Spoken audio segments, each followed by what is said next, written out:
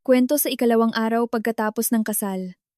Habang kumakain sa bahay ng aking biyenan, akmang kukuha na sana ako ng ulam gamit ang aking kutsara at tinidor nang bigla akong pigilan ng asawa ko. Sa malamig na boses, sinabi niya, "Maghintay kang matapos ang buong pamilya bago ka kumain."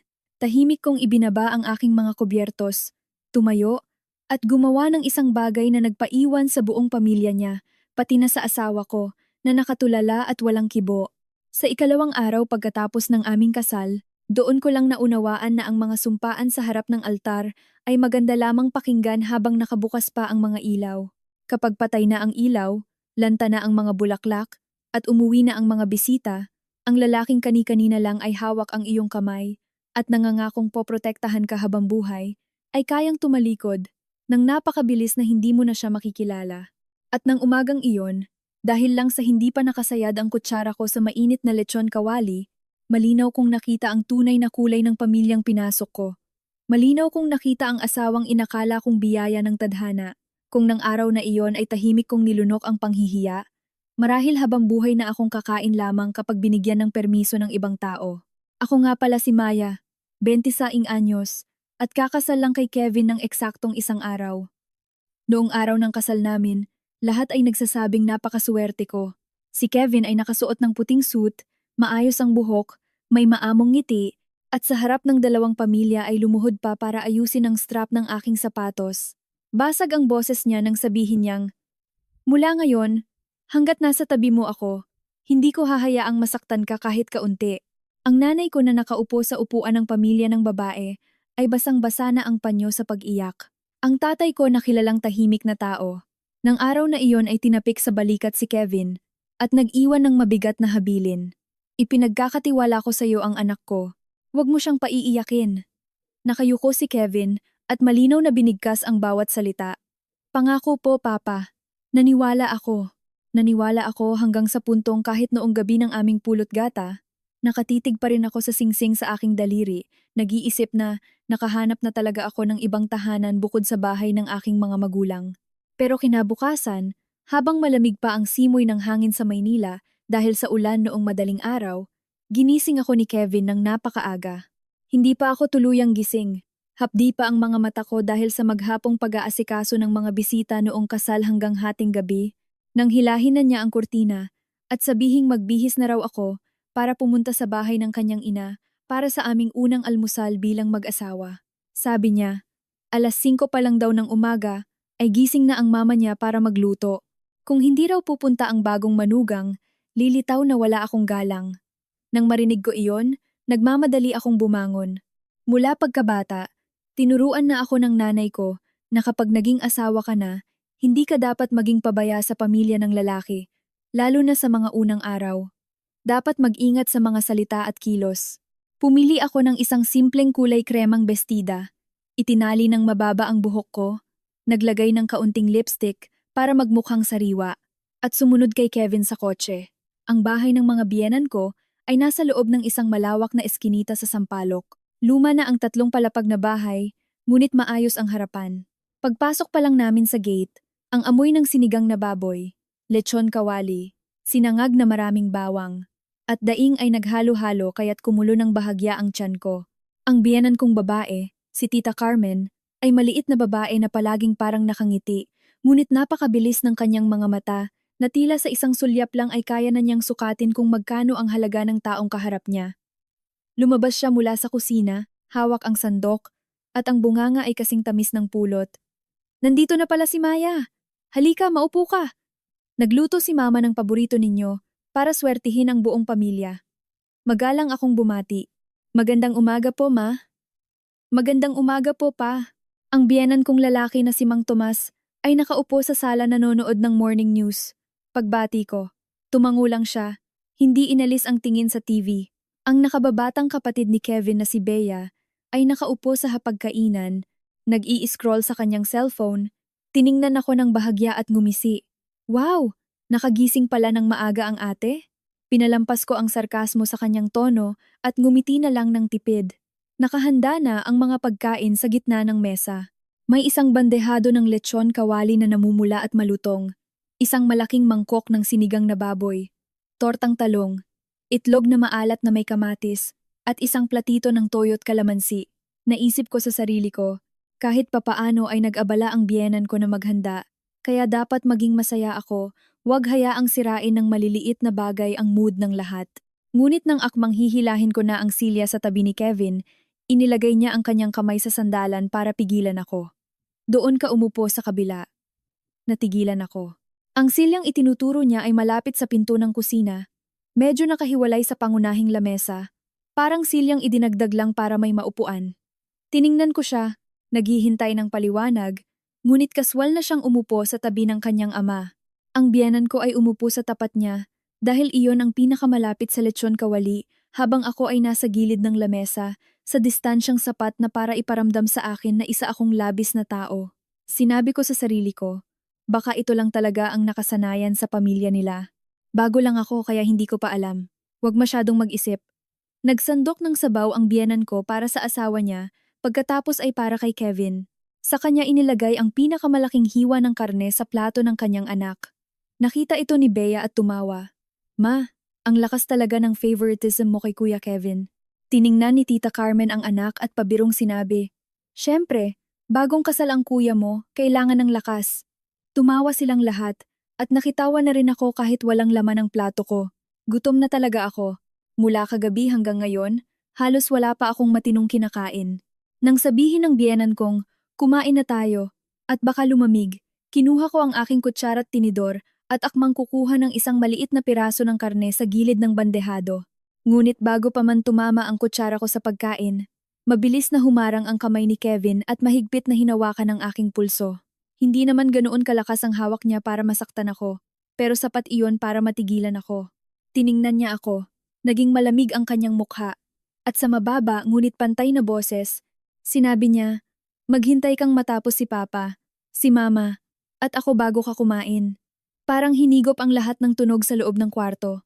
Akala ko mali ang narinig ko kaya tinitigan ko siya ng matagal. Ang lalaking kahapon lang ay sinasabing mahal niya ako. Ngayon ay nakaupo sa harap ng kanyang pamilya. Pinipigilan akong kumuha ng ulam na parang isang batang nagkamali ng asal. Tanong ko. Mahina pero nanginginig ang boses. "Anong sabi mo?" Binitawan ni Kevin ang pulso ko. Kinuha ang karne na kukunin ko sana. Inilagay sa kanyang plato at nagsalita na parang natural na bagay lang ito. May patakaran ang pamilyang ito. Ang mga lalaki at nakatatanda ang unang kumakain. Ang bagong manugang, dapat marunong makiramdam. Maghintay kang matapos kaming lahat, saka ka kumain, hindi ka naman mamatay sa gutom. Napalingon ako sa biyenan kong babae. Nakayuko lang si Tita Carmen, at kumakain, na tila walang naririnig. Suminghal ang biyenan kong si Mang Tomas. Ang mga babaeng bago lang sa pamilya ng asawa ay dapat matutong sumunod sa tradisyon. Kayo kasing mga bata ngayon, masyadong spoiled kaya hindi marunong lumugar. Si Bea naman ay mahinang tumawa, hindi maitago ang aliw. Sa pagkakataong iyon, tuluyang nanlamig ang puso ko. Hindi dahil sa gutom, hindi rin dahil sa isang piraso ng karne, kundi dahil na-realize ko na inilagay nila ako sa mismong posisyon na matagal na nilang inihanda para sa akin. Hindi nila ako itinuturing na bagong manugang na dapat mahalin, ni hindi rin bilang asawa ni Kevin. Itinuturing nila akong isang taong kababagsak lang sa kanilang bahay para turuang yumuko. Ibinaba ko ang aking mga kubyertos, hindi malakas, hindi maingay, ngunit ang tunog ng pagtama ng metal sa lamesa ay napakatalim sa pandinig. Tiningnan ako ni Kevin. Marahil, iniisip niyang susunod ako, kaya bahagyang umangat ang sulok ng labi niya. Ganyan dapat, kapag nagsasama ang mag-asawa, kailangang marunong lumugar ang babae para tahimik ang bahay. Tumayo ako.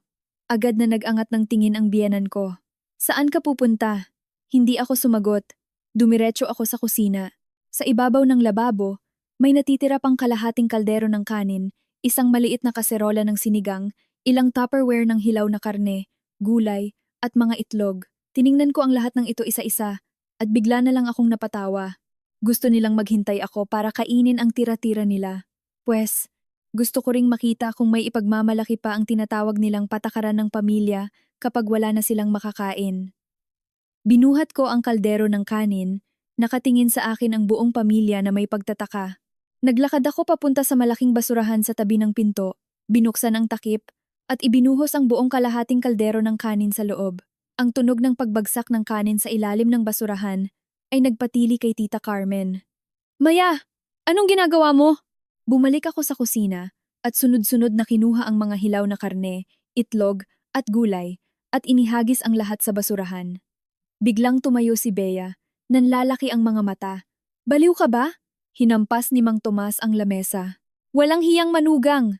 Habang si Kevin ay patakbong lumapit at hinawakan ang braso ko, namumula ang mukha sa galit. Maya, gusto mo bang gumawa ng gulo sa bahay na to? Iwinaksi ko ang kamay niya at tiningnan siya ng direkta sa mga mata. Sa unang pagkakataon mula nang maging kami, nakita ko siyang umatras ng kalahating hakbang. Nagsalita ako ng mabagal. May patakaran ng pamilya niyo? Pwes, may patakaran din ako. Mga pagkaing binili gamit ang pera ko. Ako ang may karapatang magdesisyon. Kung hindi ako makakaupo sa hapagkainan bilang isang tao, walang sino man ang kakain ng almusal na ito. Natigilan si Kevin, namutla ang biyenan ko, at nanginginig sa galit ang kanyang ama. Pero hindi pa ako tapos. Kinuha ko ang cellphone ko at tinawagan si Attorney Carlos, ang legal assistant na higit 10 taon nang nagtatrabaho para sa tatay ko. Nang sumagot siya, kalmado akong nagsalita. Kuya Carlos, pakicheck nga po yung investment contract natin sa construction company ni Mang Tomas. Gusto kong malaman kung saan napunta yung 6 million pesos na inilipat ni Papa sa kanila nitong nakaraang 3 buwan. At saka yung kondo na ipinangalan kay Kevin, pakiredy yung mga papeles para mabawi natin yung ginastos natin para sa interior at renovations. Katahimikan sa buong kwarto. Nakatitig sa akin si Kevin na parang nakakita ng estranghero. Nauutal na nagsalita si Tita Carmen. 6 na milyon? Anong papeles? Si Bea naman ay hindi na nakatawa. Ibinaba ko ang telepono at humarap kay Kevin. Ang boses ko ay mahina pa rin ngunit bawat salita ay kasing talim ng kutsilyo. Pinakasalan mo ako, pero mukhang hindi mo man lang inalam kung sino talaga ako. Alam mo lang na may kaya ang pamilya ko, pero nakalimutan mong hindi basta-basta dadaloy ang pera sa bahay ninyo nang walang dahilan. May mga kontrata iyan, may mga kondisyon, at may taong nagbabantay sa bawat sentimo. Napalunok si Kevin. Si Mang Tomas ay napahawak sa lamesa. Ang kanyang mukha ay nagbago mula sa galit patungo sa matinding kaba. Tiningnan ko silang lahat saka hinubad ang wedding ring sa daliri ko at inilapag sa lamesa. Uuwi na ako sa mga magulang ko. Kapag natuto na ang pamilya ninyong ayain ang manugang na kumain bilang isang normal na tao, saka tayo mag-usap. Naglakad ako papunta sa pinto. Sa likuran ko, tinawag ni Kevin ang pangalan ko. Wala na ang malamig niyang tono kanina. Ngunit hindi ako lumingon. Dahil may mga pintong kapag nag-atubili kang lisanin, aakalain ng iba na ipinanganak ka lang para muling hatakin pabalik. Pababa pa lang ako sa hagdanan nang marinig ko ang mabilis na yabag ng tsinelas ng biyenan ko na sumusunod sa akin. Wala na ang matamis na mukha ni Tita Carmen katulad kanina. Basag at nanginginig ang boses niya. Maya, anak, sandali. Pumasok muna tayo at mag-usap. 2 araw pa lang kayong kasal tapos aalis ka ng ganyan. Pagtatawanan tayo ng mga kapitbahay kapag nakita nila ito. Huminto ako. Hindi dahil gusto kong makinig sa paliwanag niya, kundi dahil nakakatawa ang sinabi niya. Hanggang sa puntong ito, ang kinatatakutan niya ay hindi ang katotohanang nasaktan ako, kundi kung ano ang sasabihin ng ibang tao. Chismis, tungkol sa pamilya niya. Nilingon ko siya ng may napakakalmadong mga mata, na kahit ako ay nanibago sa sarili ko. Huwag kayong mag-alala, ma. Hindi po ako magkukwento sa kanto. Uuwi lang po ako sa bahay ko. Natigilan si Tita Carmen. Nanginginig ang mga labi. Si Kevin ay tumakbo na rin sa likuran ng kanyang ina. Namumutla't namumula ang mukha habang mahigpit na nakakuyom ang kamay sa singsing na inilapag ko sa lamesa. Tiningnan niya ako. Mabilis na lumambot ang boses niya. Maya, mali ako. Nadala lang ako ng init ng ulo kanina. Nasanay lang ako sa patakaran ng bahay kaya ako nasabi iyon. Pero hindi ko intensyong maliitin ka. Huwag mo namang palakihin ito. Bagong kasal pa lang tayo. Pwede ba tayong mag-usap ng sarilinan sa kwarto? Tiningnan ko ang lalaking ito. Biglang pumasok sa isip ko ang larawan niya kahapon, lumuluhod sa harap ko, namumula ang mga mata, nanginginig ang mga kamay habang hawak ang bouquet, at sinasabing, mula ngayon, sino mang magpapaiyak sa iyo. Ako ang unang poprotekta sa iyo. Totoo pala ang sinabi niya. Ang pagkakaiba lang, ang unang taong nagpaiyak sa akin ay siya rin mismo. Hindi ka nadala ng init ng ulo, mahinang sabi ko. Kalmado mo iyon sinabi. Napakalinaw. Sa harap ng mga magulang at kapatid mo, hindi iyon nadulas na salita. Iyon ang totoong tingin mo sa akin. Namutla si Kevin. Bakas sa mata ang kaba. Tila na-realize niyang ang mga pamilyar na salitang sorry ay hindi sapat para takpan ang ganitong kalalim na sugat. Sa sandaling ito, lumabas din si Mang Tomas mula sa bahay. Madilim ang kanyang mukha, ngunit ang boses niya ay hindi na ganoon ka-agresibo tulad kanina. Ibinaba niya ang kanyang boses, marahil takot marinig ng mga kapitbahay. Maya, edukada kang tao. Ang problema sa loob ng pamilya, huwag mo nang ilabas. May kaya ang mga magulang mo. At hindi rin naman naghihirap ang pamilya namin para gamitin mo ang pera para takutin kami. Ang matalinong babae ay marunong mag-ingat ng tahanan, hindi yung kaunting kibot lang tatawag na ng abogado. Nang marinig ko iyon, nanigas at pumait ang puso ko. Iniisip pa rin nilang ang problema ay ang pagtawag ko kay Kuya Carlos, ang pera at ang kanilang dignidad at hindi ang pag-uutos sa isang bagong kasal na babae na maghintay kainin ang tira ng buong pamilya. Ayaw ko nang makipagtalo. Binuksan ko ang pinto ng kotse, ngunit mabilis itong pinigilan ni Kevin, halos nagmamakaawa ang boses. Maya, huwag kang umalis. Parang awa mo na. Hihingi ako ng tawad sa parents mo. Pupunta ako sa inyo ngayon din. Kung gusto mong lumuhod ako, luluhod ako. Tiningnan ko ang kamay niyang nakapatong sa pinto ng kotse. Kuminang ang singsing sa kanyang palasingsingan. Biglang sumikip ang dibdib ko sa sobrang pagod. Kevin, huwag kang lumuhod sa harap ko. Hindi ko kailangan ng asawang marunong lumuhod kapag takot mawalan ng pera, at kapag nakatayo na ulit ay ituturing ang asawa niya bilang isang alila. Kumibot ang mata niya, halatang nasapul ko ang tamang sugat. Sumingit si Tita Carmen sa likuran niya. Masyado namang mabigat ang sinasabi mo. Sino ang nagtratong alila sa iyo? Tinuturuan lang kita ng patakaran natin. Noong bagong manugang din ako, ganyan din ako kumakain ng huli, natutulog ng huli, gumigising ng maaga. Wala namang masama doon. Buhay pa naman ako hanggang ngayon. Tiningnan ko siya. Nakaramdam ako ng awa sa kanya ng bahagya. Ngunit ang awang iyon ay hindi sapat para ikulong ko ang sarili ko sa isang buong buhay ng pagtitiis. Kung nakaya niyo po iyon po ay sa inyo. Pero dahil nagdusa kayo noon, hindi ibig sabihin na may karapatan na kayong pilitin ang ibang tao na magdusa katulad ninyo. Pagkasabi nito, inalis ko ang kamay ni Kevin. Pumasok sa kotse, nilock ang mga pinto, at pinaandar ang makina. Sa rearview mirror, nakita ko si Bea na nakatayo sa pinto. Namumutla ngunit sinusubukang panatilihin ang mapanlait niyang tingin. Marahil hindi naisip ng batang ito na ang ate-atehang inalipusta niya kanina ay kayang guluhin ang buong pamilya nila sa loob lamang ng isang umaga. Pagkalabas pa lang ng sasakyan ko sa eskinita, sunod-sunod na nagring ang cellphone ko. Si Kevin, ang biyanan ko, at pagkatapos ay isang unknown number. Ni-silent ko ang phone at inilapag ng nakataob sa kabilang upuan. Mas abala ang mga kalsada tuwing weekend morning. Ang mga tao ay nag-aayaang kumain ng almusal, namamalengke, at hinahatid ang mga anak sa school. Ang mga simpleng eksenang iyon ay biglang nagpaluha sa akin. Nangarap din akong pagkatapos ng kasal ko, ang buhay ko ay magiging normal at tahimik na ganyan. Kakain ng almusal kasama ang asawa, dadalaw sa magkabilang pamilya tuwing weekend, mag-aaway sa maliliit na bagay, at magbabati rin. Wala akong pinangarap na marangyang buhay may asawa. Gusto ko lang irespeto. Ngunit ang pinakasimpleng bagay na iyon ay ipinagkait sa akin ng pamilya ng asawa ko sa una pa lang naming kainan. Nagmaneho ako papunta sa isang maliit na cafe sa Diliman. Ang lugar kung saan madalas akong umupo para mag-sketch ng mga designs noong nagtatrabaho pa ako sa isang studio. Umorder ako ng mainit na tsaa, umupo malapit sa salamin, at pinagmasdan ang mga puno. Nanginginig pa rin ang mga kamay ko. Hindi dahil sa takot kundi dahil sa galit na, kapag humupa na, ay nagiiwan ng napakalamig na pakiramdam ng kawalan. Binuksan ko ang cellphone ko, higit sa 20 missed calls, at sunod-sunod na text mula kay Kevin. Maya, mali ako. Sagutin mo ang tawag ko. Huwag mong hayaang magkaroon ng maling akala ang mga magulang mo. Wala akong alam sa usaping pera.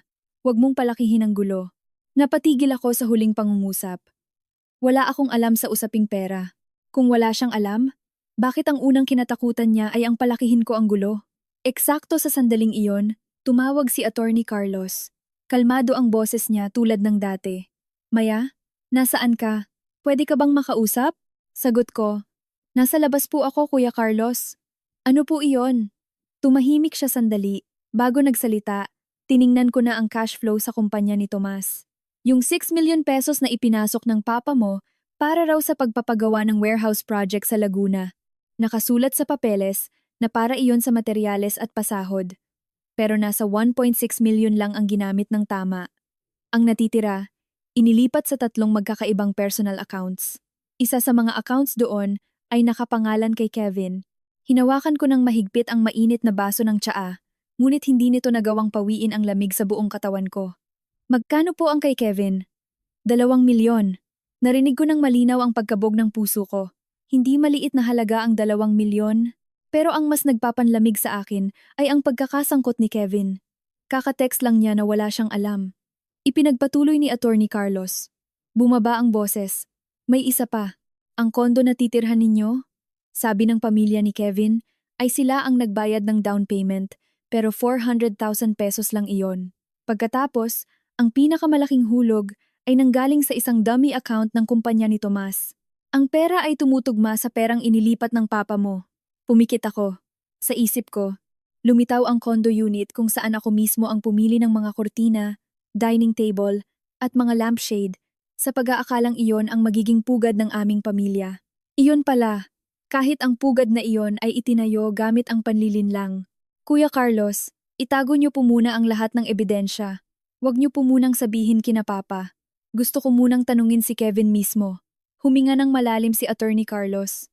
Pwedeng magtanong, pero huwag kang makikipagkita ng mag-isa.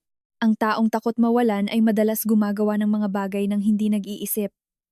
Tiningnan ko ang mga nahuhulog na dahon sa labas at sumagot, naiintindihan ko po. Pagkababa ko ng tawag, nakatanggap ako ng text mula kay Mama. Anak, nasaan ka? Umuwi ka muna. Nagluto ako ng arroz caldo para sa'yo. Isang maikling pangungusap lang, pero sumikip ang lalamunan ko. Nagreply ako na uuwi na ako. Pero hindi pa man ako nakakaalis sa parking lot, may tumawag na unknown number. Sinagot ko ito. Boses ni Bea sa kabilang linya. Wala na ang kanyang pagka-arogante kaninang umaga, ngunit pilit pa ring nagmamaldita. Ate Maya, masaya ka na? Kanina pa umiiyak si Mama. Si Kuya Kevin, parang nawawala sa sarili. Porket mayaman ka, magaling ka na? Talaga bang sisirain mo ang pamilya namin? Napatawa ako ng mahina, hindi dahil masaya ako kundi dahil sa pagod. Bea, hindi nasira ang pamilya niyo dahil sa akin. Kung bumagsak man ito, dahil iyon sa mga taong nasa loob na unti-unting tinanggal ang mga haligi noon pa man. Tumahimik ang bata ng ilang segundo, tapos ay nadulas ang dila. Huwag mong akalaing hindi ko alam. Pinakasalan ka lang naman ni Kuya Kevin dahil bigla siyang tumigil. Mabilis kong sinunggaban ang pag-aalinlangang iyon. Dahil saan? Tanging malalim na paghinga ang narinig ko bago siya nagmamadaling sumagot. Wala. At ibinaba ang linya. Tiningnan ko ang nagdilim kong screen, nanlalamig ang likod ko. May mga sikreto na hindi na kailangang sabihin ng buo. Ang kalahating salitang nilunok pabalik ay sapat na upang ipaunawa sa isang tao na sa likod nito ay may mas malalim na hukay kaysa sa inaakala niya. Ini-start ko ang kotse, pero imbes na dumiretso sa bahay ni na Mama, tinawagan ko uli si Attorney Carlos. Pagkasagot niya, sinabi ko ang bawat salita ng mariin. Kuya Carlos, may papahanap pa po ako.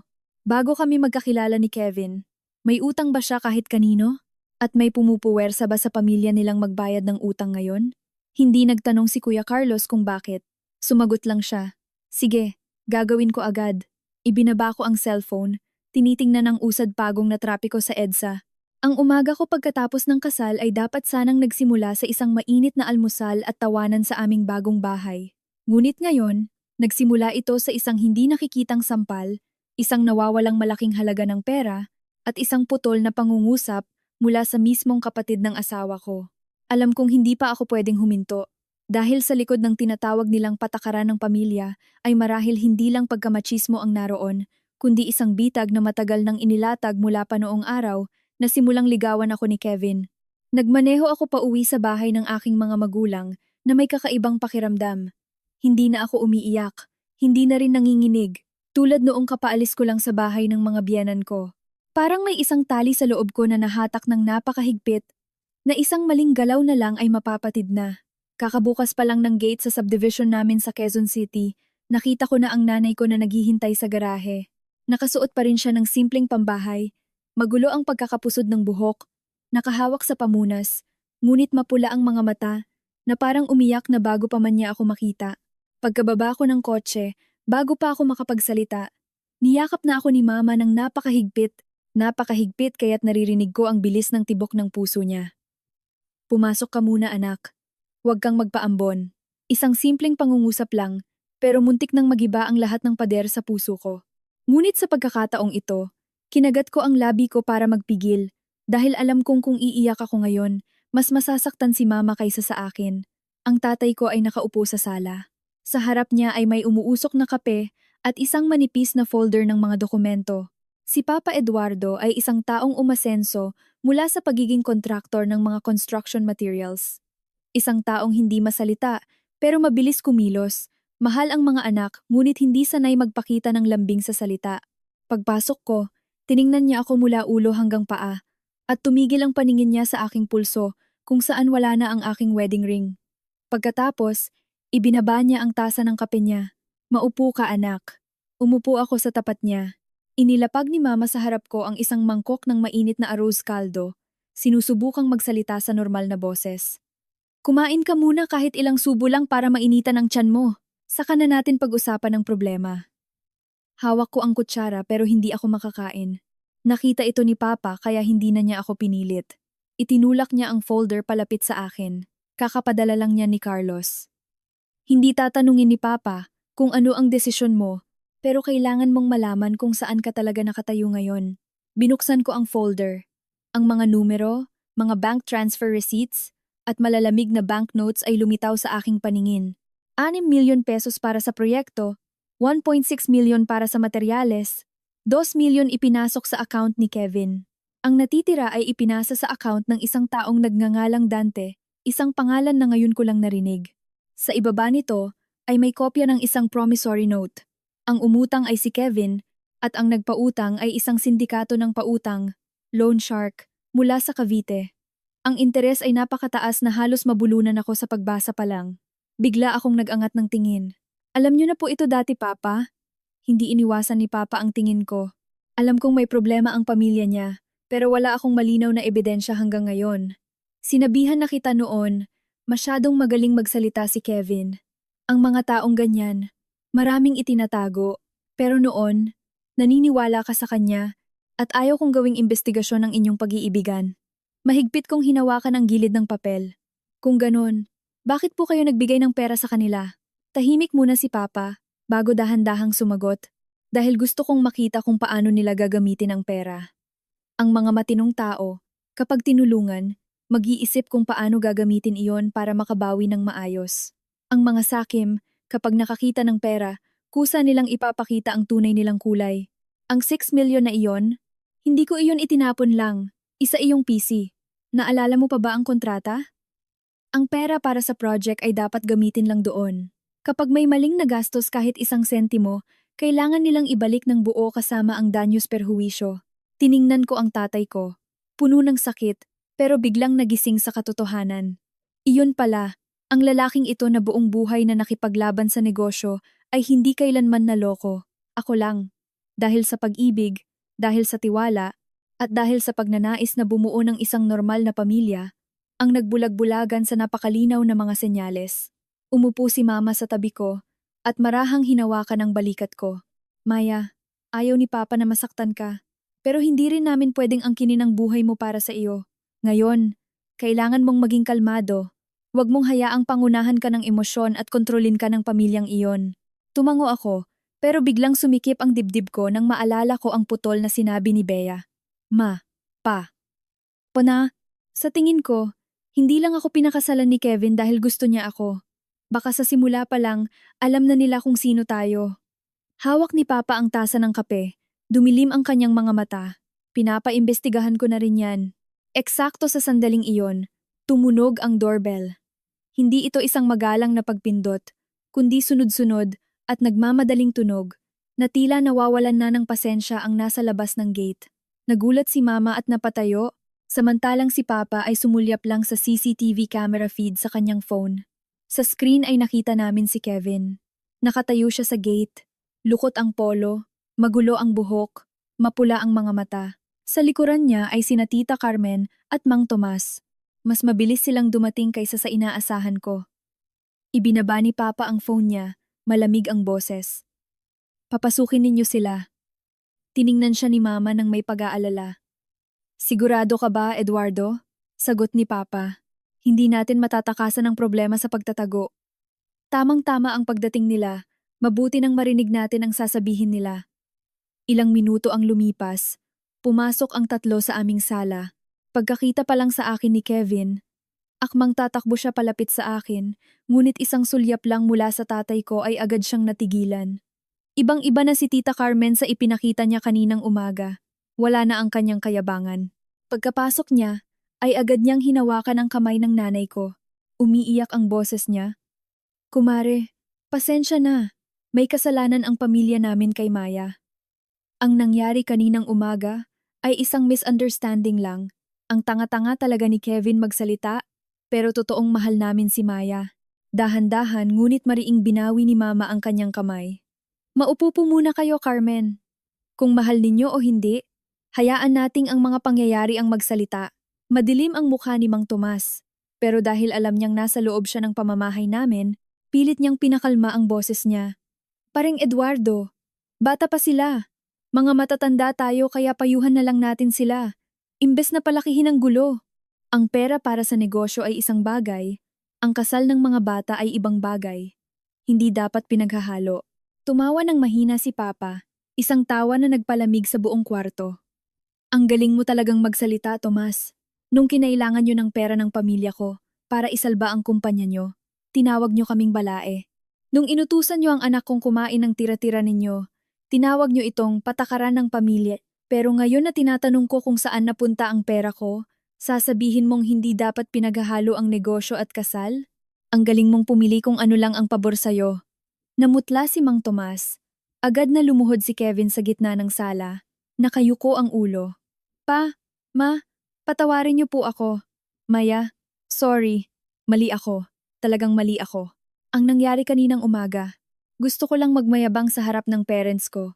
Hindi ko naisip na ganoon ka masasaktan. Tiningnan ko siyang nakaluhod doon. Wala akong naramdamang tagumpay, kundi isang malaking kawalan sa loob ko. Kevin, tumayo ka. Ayaw kong makipag-usap sa isang taong nakaluhod para lang maiwasan ang mga tanong. Umangat ang ulo niya, nanginginig ang mga labi. Kahit anong itanong mo, sasagutin ko. Kinuha ko ang statement of account sa folder at inilapag sa lamesa. Ang 2 million pesos mula sa kumpanya ng papa ko na inilipat sa account mo. Saan mo ginamit? Natahimik ang buong sala. Biglang napalingon si Tita Carmen sa anak niya. Halatang hindi niya alam ang eksaktong halaga. Pumikit si Mang Tomas, para siyang natamaan sa kanyang kahinaan. Tiningnan ni Kevin ang papel, namumutla ang mukha. Hiniram ko lang muna para sa isang personal na bagay. Anong personal na bagay? May kaibigan akong nangailangan ng puhunan sa negosyo. Nag-invest ako. Magaan na pinalo ni Papa ang lamesa. Hindi malakas, pero sapat para mapatalon si Kevin. Magsabi ka ng totoo. Nakayuko si Kevin, ang kanyang mga kamay ay mahigpit na magkahawak. Matapos ang mahabang sandali, sinabi niya sa garalgal na boses, "Pambayad ko po ng utang." Huminga ng malalim si Mama. Tiningnan ko siya, at malinaw kong narinig ang sarili kong nagtanong, "Utang saan?" Hindi makatingin si Kevin sa akin, bago tayo magkakilala. Naglaro ako ng isabong. Nung una ilang libo lang para katuwaan. Tapos natalo ako ng malaki at ng utang sa labas loan shark. Ginipit nila ako kaya hindi na ako makawala. Parang nabingi ako. Sugal, sabong. Loan shark. Isang lalaking may daladalang gabundok na utang. Tapos pumasok sa buhay ko na may dalang bulaklak tuwing umaga. Mga matatamis na salita, na maingat na plinano. Tanong ko, na parang lumulunok ng tinik sa bawat salita. Ang pagkakakilala ba natin ay sinadya o pinlano? Mabilis na umangat ang ulo ni Kevin. Hindi! Nagkita talaga tayo sa birthday ni Miss Helena. Aksidente lang yon. Sumingit si Papa. Pero paano nung nalaman mo na si Maya ay anak ko? Tumahimik si Kevin. At sa pagkakataong ito, ang katahimikan ay tumagal Nang napakatagal na hindi na kailangan ng sino man ang sagot, umiyak ng malakas si Tita Carmen. Pero hindi iyon nagpalambot sa puso ko dahil hindi ko alam kung umiiyak siya para sa akin, para sa anak niya, o para sa halagang kailangan nilang ibalik. Biglang nagring ang cellphone ni Kevin. Tiningnan niya ang screen, biglang nagbago ang kulay ng mukha niya, at dali-dali itong pinatay. Pero makalipas ang ilang segundo, tumunog ulit ito. Malamig na nag-utos si Papa. Sagutin mo. I-loudspeaker mo. Nanigas si Kevin. Pa, sagutin mo. Nanginginig ang mga kamay niya nang pindutin niya ang sagot. Isang garalgal at agresibong boses ng lalaki ang umalingaw-ngaw. Kevin, tapos ka na bang magtago? Ha? Ang deadline mo ay ngayong gabi. Kapag walang 4 million, pupuntahan ko ang bahay ng bago mong asawa. Balita ko napakayaman daw ng pamilya ng babaeng yan. Nakabingwit ka na ng ginto tapos magpapatay-patayan ka pa sa akin? Parang naging yelo ang hangin sa kwarto. Tiningnan ko si Kevin. Habang siya ay nakayuko, abuhin ang kulay ng muka. Doon ko naintindihan na ang almusal kaninang umaga ay isa lamang maliit na karayom na tumusok sa labas ng lahat. Ang nasa ilalim ng kasalang ito ay isang nabubulok na utang, at ako ang napili nilang gawing pambayad. Pagkatapos magsalita ng lalaki sa kabilang linya, pakiramdam ko lumiit ang malawak naming sala at bumaba ang kisame para sakalin ako. Tinakpan ni Mama ang kanyang bibig, napaupo si Tita Carmen, habang si Mang Tomas ay nanigas. Nanginginig ang mga balikat niya, hindi malaman kung dahil sa takot o galit sa anak na nagtago ng ganito kalaking problema. Nakaluhod pa rin si Kevin sa gitna ng sala. Hawak ang phone nang napakahigpit na namumuti na ang mga daliri niya. Nagpatuloy ang boses sa kabilang linya, kasing lamig at kasing talim ng kutsilyo sa leeg. Huling babala ko, ngayong gabi, 8:00, 4 million kasama ang interes. Kapag may kulang kahit 1 piso, magpapadala ako ng mga tao ko para bumisita sa inyo. Huwag mong isiping ligtas ka porket nakatago ka sa bahay ng asawa mo. Kilala ko kung sino si Maya. Kilala ko ang tatay niyang si Eduardo. Walang sinabi si Papa. Inabot niya lang ang phone mula kay Kevin. Inilapit niya ito sa kanya, at bumaba ang boses niya. Ako si Eduardo. Sino ka? Natahimik sa kabilang linya ng ilang segundo. Marahil hindi inasahan na ang sasagot ay mismong ang tatay ko. Tapos ay ngumisi ang lalaki. Don Eduardo, matagal ko na pong naririnig ang pangalan niyo. Ito po ay personal na utang ng inyong manugang.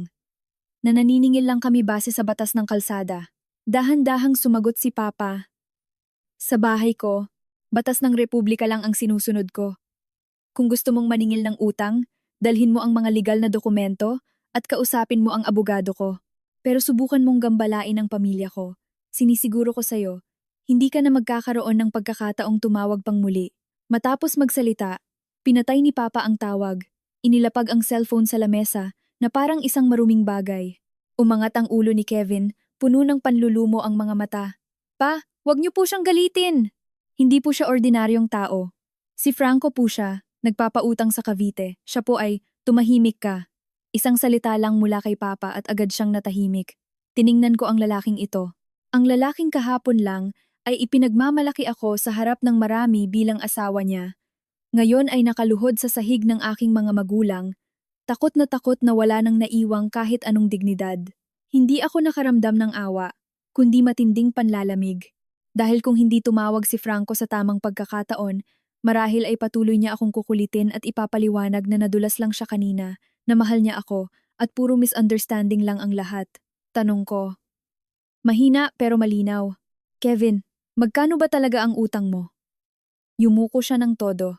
Mabilis na sumingit si Tita Carmen na humihikbi. Maya, anak, wag mo na siyang pilitin. Nahihirapan na rin siya. Lahat naman ng lalaki nagkakamali.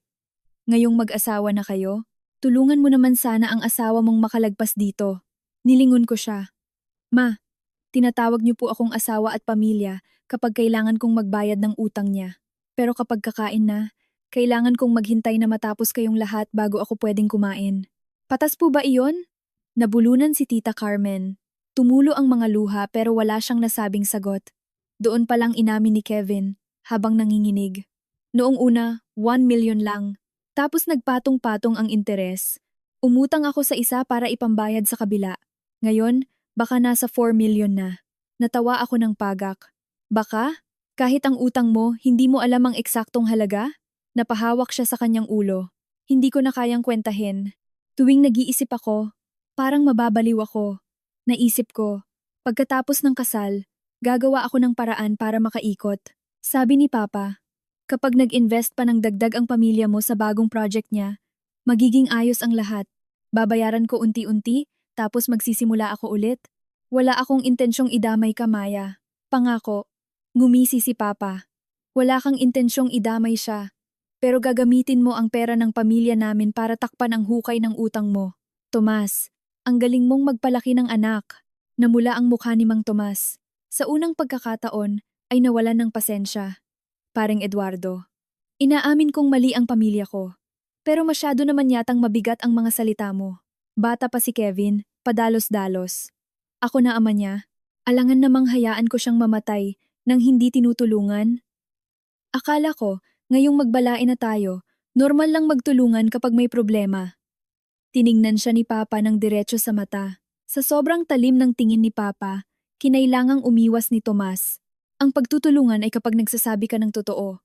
Pero ang itago ang utang, gamitin ang pekeng proyekto para makakuha ng pera, at gamitin ang anak kong babae bilang panangga ng anak mong lalaki. Hindi iyan pagtutulungan. Iyan ay panloloko, estafa. Ang salitang iyon ang naging dahilan para mas lalong mapaiyak si Tita Carmen. Nakaupo si Mama sa tabi ko. Hawak ang malamig kong kamay. Alam kong sinusubukan niyang pigilan ang galit niya dahil buong buhay siyang naging mabait na tao. Pero hindi ibig sabihin ay kaya niyang panoorin na pinaplano ang pagbagsak ng anak niya agad-agad pagkatapos ng kasal. Sabi ni Mama, malambot ang boses pero mabigat ang bawat salita. Carmen, kung hindi nagreklamo si Maya ngayong araw, kung tahimik siyang naghintay at kumain ng tira ninyo, may plano ba kayong sabihin ang totoo sa kanya tungkol sa utang? Nakatikom ang bibig ni Tita Carmen, patingin-tingin sa asawa niya at sa anak niya, hanggang sa umiyak na lang. Gusto ko lang naman maging masaya at buo ang pamilya namin. May mangbinaan, nasusuka ako sa salitang masaya at buong pamilya. May mga taong palaging ginagamit ang konseptong iyon para pagtakpan ang pang-aabuso, ginagamit ang salitang pamilya, para ipabayad sa iba ang sarili nilang mga pagkakamali. Eksakto sa sandaling halos hindi na kami makahinga sa tensyon, pumasok si Attorney Carlos. Marahil ay tinawagan siya ni Papa kanina pa, dahil may dala siyang itim na folder. Kalmado ang mukha niya, parang taong sanay na sa paglutas ng mga pinakamaruming gulo. Yumuko siya bilang pagbati kina Papa at Mama, at tumingin kay Kevin. Na-verify ko na ang utang ni Kevin. Hindi lang ito 4 million. Kung isasama ang inutang ni Tomas at Carmen na sila mismo ang naggaranti sa isang private lending company, ang kabuuang hinahabol sa inyo ay halos 7 milyon pesos. Tumili si Tita Carmen. Imposible. Ilang piraso ng papel lang ang pinirmahan ko, sabi ni Tomas. Para lang yun sa mga papeles ng kumpanya. Agad siyang sinigawan ni Mang Tomas. Tumahimik ka nga. Ang sigaw na iyon ang nagpalinaw sa lahat kaysa sa kahit anong pag-amin. Nakatitig lang si Tita Carmen sa asawa niya. Parang ngayon lang niya nakilala kung sino ba talaga ito. Ako naman, narealize ko na ang pamilyang ito na gustong magturo sa akin kung paano maging mabuting manugang ay bulok na bulok pala sa loob. Kailangan lang nila ng bagong taong papasok para pasanin ang kanilang mabibigat na problema. Nilingon ni Kevin ang ama niya. Mapula ang mga mata. Sabi niyo 4 million na lang pa. Sabi niyo kapag ibinenta ang kondo na titirhan namin, sapat na pambayad. Bakit naging 7 million? Tumayo ako. Ibebenta ang kondo? Natahimik ang lahat. Tiningnan ako ni Attorney Carlos. Bumaba ang boses niya. Maya, ang kondo na iyon ay naka-schedule na palang ibenta sa black market. Ang ahente ay si Dante. Siya rin ang nakatanggap ng perang galing sa kumpanya ni Tomas. Kung hindi tayo aabot, baka mailipat na nila ang pangalan sa loob ng ilang araw. Tiningnan ko si Kevin. Balak mong ibenta ang kondo kung saan kami ng pamilya ko ay naglabas ng sariling pera para i-renovate at bilhan ng mga gamit para lang pambayad sa utang mo. Habang tinatawag mo pa rin akong asawa mo? Gumapang si Kevin palapit sa akin. Tumulo ang mga luha sa sahig. Maya. Naiipit na ako ng sobra. Naisip ko, kapag nabenta iyon at nabayaran ang utang, bibilhan na lang kita ng bago balang araw. Wala na akong ibang matakbuhan. Umatras ako para iwasan ang kamay niya. Hindi. May matatakbuhan ka. Pwede mong sabihin sa akin ang totoo bago tayo magpakasal. Pwede kang huminto. Pwede mo akong bigyan ng kalayaang pumili. Pero pinili mong manloko. Ang huling sinabi ko ang naging dahilan para tuluyang bumagsak si Kevin sa sahig. Tumayo si Papa at sinabi kay attorney, Carlos, gumawa ka ng formal na request para i-freeze ang bentahan ng kondo. Magpadala ka ng notice demanding the immediate return of the misused funds at i-report mo sa pulisya ang ginagawang pambabanta ng loan shark. Nagpanik si Mang Tomas. Eduardo, papatayin mo ang buong pamilya ko sa ginagawa mo. Tiningnan siya ni Papa. Sa pagkakataong ito, wala nang natitirang respeto para sa isang balae. Hindi, Tomas.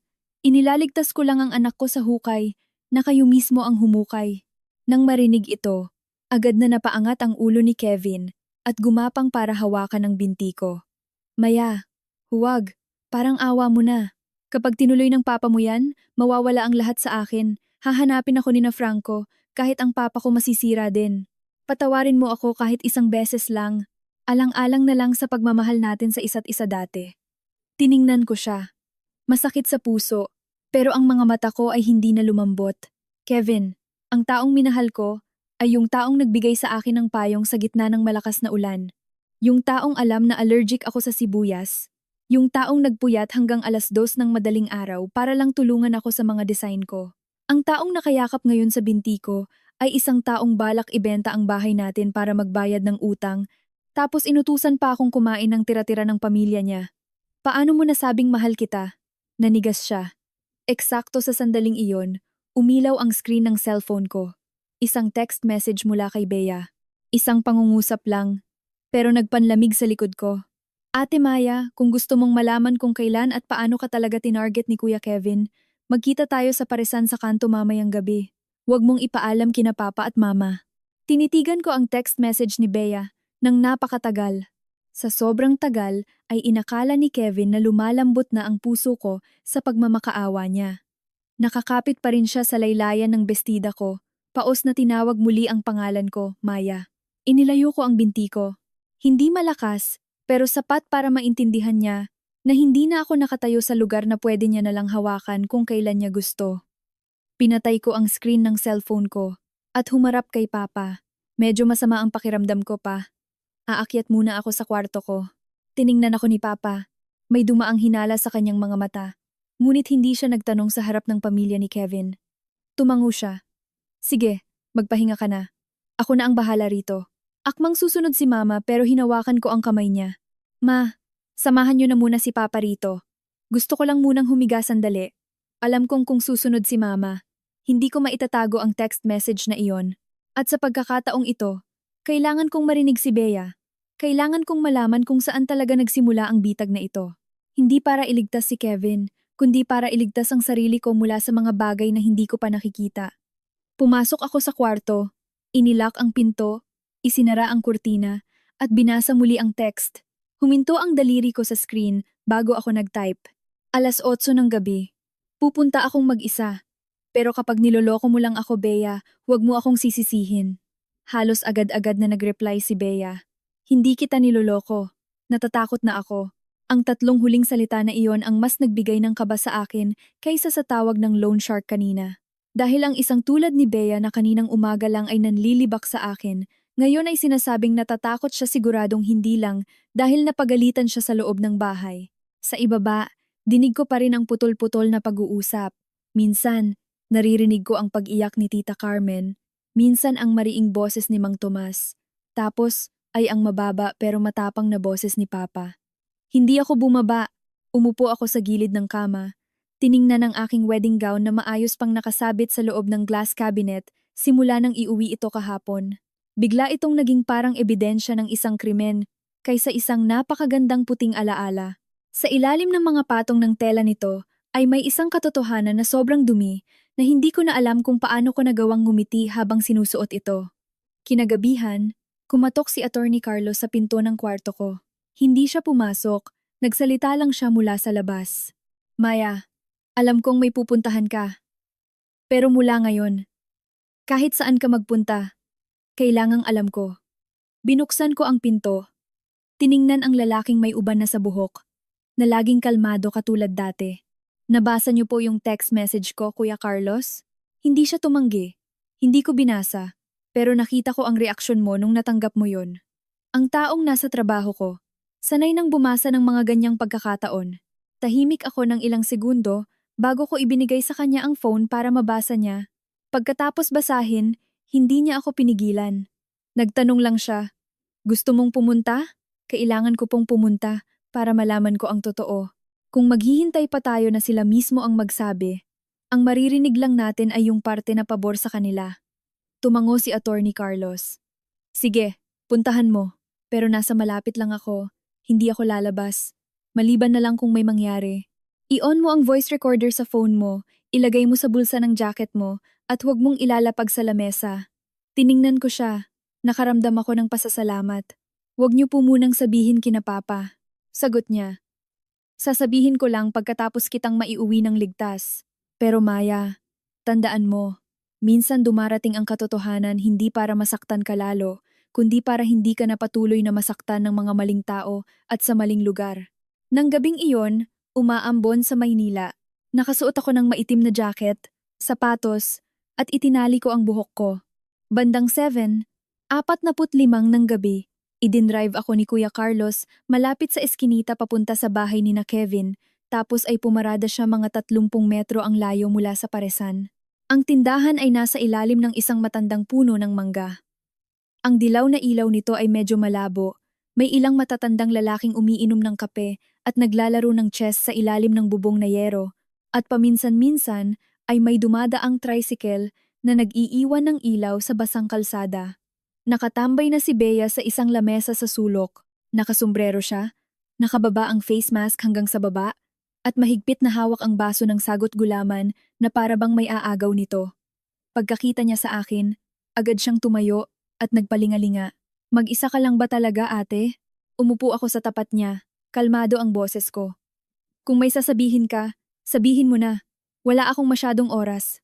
Kinagat ni Bea ang labi niya. Ang kanyang karaniwang kamalditahan ay nawala, napalitan ng pagkalito ng isang batang ngayon lang na-realize na ang kalokohan ng pamilya niya ay pwedeng maging isang totoong trahedya. Ate, pwede bang huwag mo nang kasuhan si Kuya Kevin?" Tinitigan ko siya sa mata. "Kung pinalabas mo lang ako para dyan, aalis na ako." Akmang tatayo na ako nang hawakan ni Bea ang kamay ko. "Hindi! Sasabihin ko na. Pero kailangan mong mangako na hindi mo sasabihin galing sa akin to." Binawi ko ang kamay ko. Hindi ako nangangako sa bagay na hindi ko pa alam. Pero kung magsasabi ka ng totoo, hindi kita idadamay. Napalunok si Bea at yumuko. "Alam ni Kuya Kevin na anak ka ni Don Eduardo bago pa kayo magkita sa birthday party ni Miss Helena. Hindi aksidente ang lahat." Si Miss Helena. Kakilala siya ni Franco, yung loan shark. Si Franco mismo ang nag-utos kay Kuya na lapitan ka. Bumuhos ng malakas ang ulan sa bubong ng yero. Parang may pumupukpok sa sentido ko. "Linawin mo." Nanginginig na sinabi ni Bea. "Nung panahong yon, halos 4 million na ang utang ng pamilya namin. Nagpadala ng tao si Franco sa bahay at nanakot na kapag hindi kami nagbayad, ipapakalat nila na peke ang mga papeles ng construction projects ni Papa. Tapos hindi ko alam kung paano niya nalaman na mayaman ang pamilya mo at nalaman niya na designer ka sa studio ni Miss Helena." Sabi niya, "Low profile ka raw? Hindi nagpi-flex ng pera sa social media? Pero mayaman talaga ang papa mo." Sinabihan niya si Kuya Kevin na kapag napakasalan ka niya, makakabayad na kami ng utang, may magiging backer pa si Papa sa negosyo. Napakuyom ang kamay ko sa ilalim ng lamesa. Iyon pala ang dahilan sa likod ng mga biglaang paglitaw ni Kevin sa labas ng studio na may dalang kape. Ang mga pagkakataong sinasabi niyang nagkataon lang na dumaan siya. Ang mga sandaling naaalala niya ang bawat maliit kong paborito. Hindi iyon destiny, kundi isang lesson plan na pinag-aralan nilang mabuti. Tanong ko, "Alam ba ito ng parents mo?" Tumahimik si Bea. Hindi ako kumurap. Sa huli, tumango ang bata, nagsimulang tumulo ang mga luha niya. "Opo, alam nila. Noong una, ayaw pumayag ni Mama. Sabi niya masama raw yon. Pero sabi ni Papa, wala na kaming ibang choice. Tapos sabi ni Kuya Kevin, kapag naging kayo naman daw, aalagaan ka niya at gagawin niya ang lahat para bumawi. Akala ko rin, totoong nagustuhan ka ni Kuya, kasi habang tumatagal parang totoo na siyang na-inlove sa'yo. Pero, nabitin ang sinabi niya kaya ako na ang tumapos. Pero nung kinasal na kami, hindi na kailangang magpanggap. Lalo pang napaiyak si Bea. Hindi ko rin naman inakalang aabot sa ganito kaninang umaga. Sabi ni Mama, kailangang ituro sa'yo yung patakaran ng pamilya habang maaga para daw hindi mo ma-under si Kuya Kevin kasi sobrang yaman ng pamilya nyo. Kaya baka raw ma-intimidate siya sa'yo. Sabi rin ni Papa, kapag may pera ang babae, dapat mas maagang disiplinahin. Alam kong mali yung pakinggan, pero wala akong lakas ng loob na magsalita. Tiningnan ko si Bea, kakaiba ang sakit sa dibdib ko. Naiinis ako sa kanya, pero naaawa rin ako dahil lumaki siya sa isang bahay na ang pang-aabuso ay tinatawag na patakaran ng pamilya. Ang panloloko ay tinatawag na sakripisyo para sa pamilya.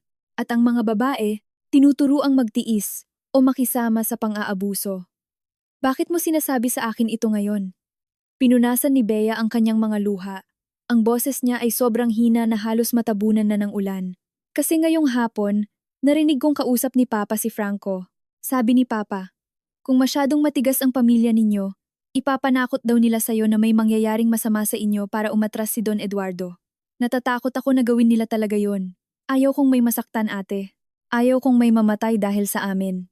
Nanlamig ang likod ko, pero pinanatili ko ang kalmadong ekspresyon ko. May ebidensya ka ba? Tumingin sa paligid si Bea, tapos nilabas niya mula sa bulsa ang isang lumang cellphone at inilapag sa harap ko. Ito yung lumang phone ko. May mga voice recording ako ng mga usapan ni na Papa at Kuya Kevin. Tapos nakapag-screenshot din ako ng mga messages ni Franco kay Kuya Kevin. Itinago ko to kasi natatakot ako na isang araw magkaroon talaga ng malaking gulo sa pamilya namin. Kunin mo na, pero parang awa mo na. Huwag mong sabihin na galing sa akin to. Tiningnan ko ang lumang cellphone sa gitna ng lamesa. Ang tubig ulan mula sa bubong ay tumatalsik at binabasa ang lamat sa screen nito. Isang maliit na bagay lang, pero maaaring ito na ang susing magbubukas sa buong palabas na ginawa ng pamilya ni Kevin para sa akin. Kinuha ko ito at inilagay sa bulsa. Bea, ngayong gabi, huwag kang uuwi ng mag-isa sa bahay ninyo. Pumunta ka muna sa bahay ng kaibigan mo o sinumang kamag-anak na mapagkakatiwalaan mo. Kapag nalaman ng papa mo na nakipagkita ka sa akin, baka kung anong mangyari sa'yo, tumango si Bea ng mabilis. Pero eksakto sa oras na iyon, biglang namutla ang mukha niya. Tumingin siya sa likuran ko, nanginginig ang mga labi. Hindi agad ako lumingon, pero nakita ko sa refleksyon ng estante ng mga inumin na may dalawang lalaking nakasuot ng maitim na kapote, kakababa lang mula sa isang motorsiklong walang plaka. Ang isa sa kanila ay naglabas ng phone at tumingin sa litrato doon, tapos tumingin ng diretso sa pwesto namin. Napaluha si Bea. Ate Maya, tao yan ni Franco. Tumayo ako, mabilis ang kabog ng puso, pero nakakapagtakang ang linaw ng utak ko. Nag-vibrate ang phone sa bulsa ko. Isang text message mula kay Kuya Carlos. Pumunta kayo sa likod ng tindahan. Huwag kayong tatakbo papunta sa kalsada. Hinawakan ko sa pulso si Bea at hinila siya patayo. Kung gusto mong mabuhay, sumunod ka sa akin. Hinila ko si Bea papunta sa makipot na eskinita sa likod ng paresan, kung saan nakatambak ang mga lumang sako ng uling at mga crates ng soft drinks, habang sa harap naman ay mabilis na nakapasok ang dalawang lalaking nakakapote. Ang tunog ng mga silyang natumba sa likuran namin ang naging dahilan kaya nagkanda patid-patid si Bea sa panginginig. Hinigpitan ko ang hawak sa kanya hindi para saktan siya, kundi dahil alam kong kapag nagpanik siya at huminto, baka doon na kami maabutan sa gitna ng tindahan. Ate Maya, natatakot ako! Hingal na hingal si Bea, basag ang boses. Hindi ako lumingon. Kung natatakot ka, mas lalo tayong kailangang lumakad. Huwag kang lilingon. Ang likod ng tindahan ay tumatagos sa isang makipot na iskinita, magkabilang gilid ay puro pader na may lumot, at ang itim na tubig ulan ay umaagos sa aming paanan. Pagpasok pa lang namin sa iskinita, nag-vibrate ulit ang cellphone ko. Lumabas sa screen ang text ni Kuya Carlos. Kumaliwa kayo sa dulo. May silver na sasakyan doon. Nasa loob ako. Mas binilisan ko pa ang paghila kay Bea. Sa likuran namin, may narinig akong lalaking sumigaw. Hoy! Huwag kayong tumakbo. Gusto lang naming makipag-usap. Napatawa ako ng mahina habang humihingal. Dahil sa mundong ito, ang mga taong may maitim na balak ay mahilig gumamit ng salitang makipag-usap para takpan ang intensyon nilang patahimikin ng iba. Natisod si Bea sa isang basag na bloke ng semento at muntik ng madapa. Nasalo ko ang balikat niya. Kaya pa ba? Tumango siya. Ang mga luha at ulan ay naghalo sa mukha niya. Pero sa pagkakataong ito ay hindi na siya umiiyak ng malakas. Pagkaliko namin sa iskinita, nakapark na sa gilid ang silver na sasakyan ni Kuya Carlos. Nakabukas na ang hazard lights at nakabukas ang pinto sa likod. Sakto pagdating namin, sumigaw siya, "Sakay!" Itinulak ko papasok si Bea at sumunod ako sa kanya. Kakasara pa lang ng pinto nang makalabas din sa eskinita ang dalawang lalaki. Hinampas pa ng isa ang trunk ng sasakyan, pero mabilis na napaharurot ni Kuya Carlos ang kotse kaya tumalsik sa kanila ang tubig sa kalsada. Nakahalukip-kip si Bea sa tabi ko, hawak ang kanyang dibdib na parang naririnig pa rin ang mga yabag sa likuran namin. Nilingon ko ang likuran gamit ang rear window. Nakita kong hindi na nila kami sinundan. Nakatayo na lang sila sa gitna ng ulan habang kinukunan ng picture ang plaka ng sasakyan namin. Tumingin si Kuya Carlos sa rearview mirror. Kalmado pa rin. "Huwag kayong mag-alala. Fake plate ng security company ang gamit ko. Kahit picturean nila yan wala silang makukuha." Nakahinga ako ng maluwag. Doon ko lang napansin na basang-basa na pala ng malamig na ulan ang likod ko. Nanginginig na kinuha ni Bea ang phone niya para tumawag kung kani-kanino tapos ay binaba niya rin, halatang litong-lito na siya. Hindi ako pwedeng umuwi. Kapag nalaman ni Papa na binigay ko sa'yo yung phone, papatayin ako nun. Tiningnan ko siya. "May kaibigan ka bang mapagkakatiwalaan?" Umiling si Bea. "Lahat ng kaibigan ko, alam nila kung saan ang bahay namin. Kilala rin sila ni Kuya Kevin." Nagsalita si Kuya Carlos. "Dalhin muna natin siya sa kapatid ko sa Marikina. Ligtas doon, walang nakakaalam." Pero bago kami umalis, idinagdag niya, "Maya, kailangan mong ilipat agad ang lahat ng data sa laptop natin." Kinuha ko ang lumang phone na ibinigay ni Bea. Basag ang screen nito, 30% na lang ang battery. Na-unlock na ito ni Bea gamit ang fingerprint niya bago inabot sa akin. Sa loob, may isang folder na ang pangalan ay mukhang inosente, mga pusa.